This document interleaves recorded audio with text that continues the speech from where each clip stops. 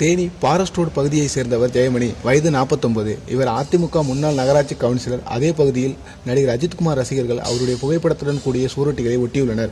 சம்பவத்தன்று இந்த சுவரொட்டி மீது யாரோ சாணம் வீசி அவமதித்ததாக கூறப்படுகிறது. இந்நிலையில் ரசிகர்கள் சிலர் ஜெயமணி வீட்டுக்கு சென்று சுவரொட்டியை அவமதித்தது யார் என்று கேட்டு அவரிடம் தகராறு செய்ததாக கூறப்படுகிறது. அப்போது அங்கிருந்த ஜெயமணியின் தாயார் மற்றும் மனைவியிடமும் அவர்கள் வாக்குவாதம் செய்து தகாத வார்த்தைகளை பேசி கொலை மிரட்டல் விடுத்ததாக கூறப்படுகிறது.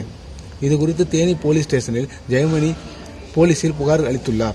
ரோடு பகுதியைச் சேர்ந்த விக்னேஷ், பாலமுருகன், அஜித்குமார், செல்வகுமார், விஜய், ரகுநாதன், முத்துசரவணன், செந்தில்குமார் ஆகிய 10 பேர் மீது போலீசார் வழக்கு பதிவு செய்தனர். இதில் விக்னேஷை தவிர மற்ற 9 பேரையும் போலீசார் கைது செய்தனர். விக்னேஷ் போலீசார் தேடி வருகின்றார். இந்த சம்பவம் அப்பகுதியில் பரபரப்பை ஏற்படுத்தியுள்ளது.